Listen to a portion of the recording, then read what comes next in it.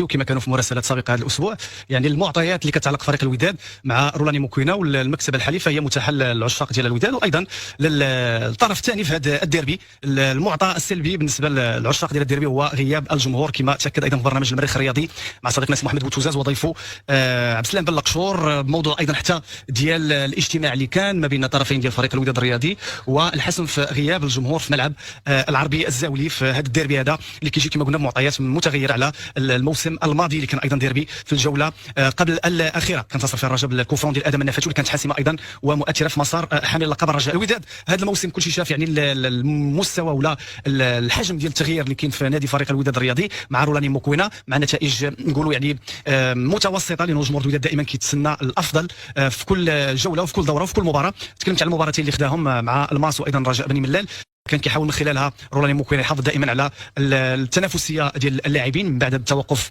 الدولي. ذكروا كانوا في مجموعه ديال اللاعبين اللي حاضرين مع المنتخبات الوطنيه، بما فيهم كما قلنا اللاعب جمال حركاس اللي لعب 4 ديال المباريات رسميه اساسيه مع اسود الاطلس المنتخب الوطني الاول، حضوره الى جانب نايف اكرد التنقيط اللي كان ايضا متميز.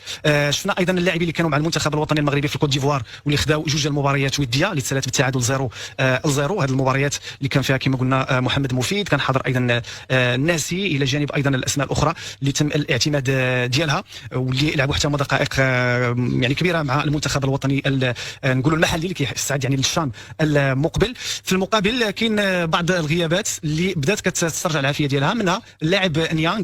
كنا تكلمنا في مراسلات سابقه وحتى في برنامج ودادكم قلنا بانه نيانغ والشادلي كانوا بجوجهم تبليساو ذكرتي في نفس الوقت. الشادلي دار المرحله ديال الاستشفاء ورجع وبدا كياخذ الوقت ديالو بشويه بشويه، بدا كيرجع الفورمه ايضا مع نادي الوداد، فيما نيانغ كان كيواصل يعني الاستشفاء ديالو في نفس المركز اللي كان خدا فيه استشفاء اللاعب الشادلي. وكان يعني هضره كثيره بانه كمستحقات ماليه، وهذه قلنا بانه اختيار تقني تيبقى دائما رولاني موكوينا تيبغي اللاعب اللي يكون بدنيا وايضا ذهنيا مركز معاه في التدريب والتحضيرات، يكون عنده اي مشكل بدني او لا شخصي ولا حتى ذهني يقدر يعني يستغنى على الخدمات ديالو. فهنا نيانغ بان بانه رجع للتدريب والتحضيرات ديال الواك من بعد المعسكر ديال بن سليمان، كما قلنا كانوا في 2 المباريات وديه، فهو رجع باش انه يكون يعني مركز مع المجموعه الوداديه. اللاعبين اللي كانوا مع المنتخب الوطني المغربي المواليد 2000 فهم يعني سالاو الكونسونطراسيون ديالهم مع المنتخب الوطني المغربي وغيكونوا حاضرين في حصه اليوم وديال غدا اللي كتسبق المواجهه اللي غتكون في ملعب العربي الزاولي بالدار البيضاء. نذكروا المتغير هو انه مابقاش ماتش مع الرعا ولا مع السته كما جا في الكومينيكي ديال العصبه الاحترافيه واللي شرتي لي ايضا نصارى في التقديم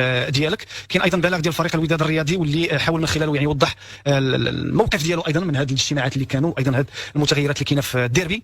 ناكدوا بان الوداد هو في الديربي ضيف على فريق الرجاء الرياضي في هذه الجوله 11 من البطوله الاحترافيه، فالبلاغ كان واضح بانه كان اجتماع يعني تنسيقي اللي هو يعني روتيني دائما قبل كل ديربي ما بين الممثلين ديال نادي الوداد وايضا ديال فريق الرجاء الى جانب السلطات المحليه ديال مدينه الدار البيضاء، طبيعه الحال برئاسه ولي جهه الدار البيضاء سطات محمد مهديه. وكان مناقشه ديال هذه المواضيع. الوداد تيقول بانه يعني كيتفهم لعدم قدره استيعاب جماهير كبيره ديال الفريقين، فاول ماتش غيتلعبها ويكلو في ملعب العربي الزاولي. وفي المقابل كاين هذيك النقطه ديال الى رجع كومبلكس محمد 5 الى رجع تنقولوا، وغادي يكون يعني اقتسام ديال الحصه ديال المداخل ديال هذا الماتش وايضا حتى ديال الدخول ديال الجماهير، مع الرغم انه الجمهور تيقول لك علاش حنا غنكونوا حنا اللي مدخلين، يعني الوداد هي اللي غادي تدخل في هذاك الماتش، دونك كاين موقف يعني ديال الجماهير. في المقابل كاين ايضا السلطات اللي كتقلب دائما على مبدا الامن في المقام الاول، لانه خص الدخول والخروج، وايضا هذا الحدث كبير يعني ما يكونش عنده تاثير حتى على الحركيه داخل مدينه الدار البيضاء. انت عارف هذا الشيء يا ساره، المحيط ديال كومبلكس محمد 5 ولا حتى من نقاط بعيده من كومبلكس محمد 5 كيكون واحد يعني واحد التنسيق وواحد العمل في مدينه كازا كيكون عنده واحد متغير في ذاك النهار ديال الديربي. الموضوع ديال علاش نهار الجمعه، فاكدوا ايضا عبد السلام بن لقشور بانه الطرف الثاني اللي هو الرجاء منافس على المستوى القاري بحال فريق الجيش الملكي تو غيلعب في نفس اليوم. يعني هذه كانت بخصوص هذا الموضوع ديال الموعد ديال الماتش وايضا يعني التغيير ديال الساعه اللي غينطلق فيه المواجهه ديال الوداد وفريق الرجاء الرياضي. كاين ايضا ازنو اللي كان يعني تبليسه، فهو الحمد لله بدا كياخذ المرحله ديال الاستشفاء ديالو. كنذكروا تبليسه في الماتش ديال الاتحاد طنجه، فبدا ايضا يوجد باش يكون ان شاء الله قريب باش يرجع بسرعه التدريب وايضا المباريات الرسميه ديال فريق الوداد الرياضي. نذكروا بانه كان تصاب يعني في كسر في الكتف ديالو، والطاقم الطبي يعني اشتغل معاه باش انه يكون واجد في المرحله المقبله، خصوصا المرحله ديال ما بعد الميركاتو الشتوي، لانه كان ايضا قدم يعني مجموعه ديال المؤشرات منها مؤشرات ايجابيه ممكن ان تعتمد عليه في المرحله المقبله. هذه اخبار فريق الوداد، التحضيرات غدا بشكل عادي، العوده ديال اللاعبين اللي كانوا مع المنتخبات الوطنيه. في المقدمه ديالهم الكابيتان جمال حكاس اللي جاي يعني بمعنويات مرتفعه من بعد يعني الصلح اللي كان ايضا في ملعب الشرفي مع الجمهور ديال الامسيو، وايضا من بعد حضوره في 4 ديال المباريات رسمي مع المنتخب الوطني المغربي، وايضا حتى الاسماء الاخرى اللي خدت هي مباريات. كنتكلموا على مباري attractif de jouer dans le désert parce que c'est un endroit où il y a de la sécheresse, où il n'y a pas forcément d'eau. Bien pour la bonne cause aussi, pour la préservation de l'eau qui est extrêmement importante. On sait que c'est une denrée rare ici. مفيد ناسي وايضا اسماعيل مترجي اللي احتوى على المقابله الثانيه اللي كانت ما بين المنتخب الوطني المغربي اللي كيستعد للشان الى في مواجهه المنتخب الايفواري في انتظار يعني معطيات اخرى في بحر هذا الاسبوع هذا قبل من المواجهه غتكون ان شاء الله نهار الجمعه.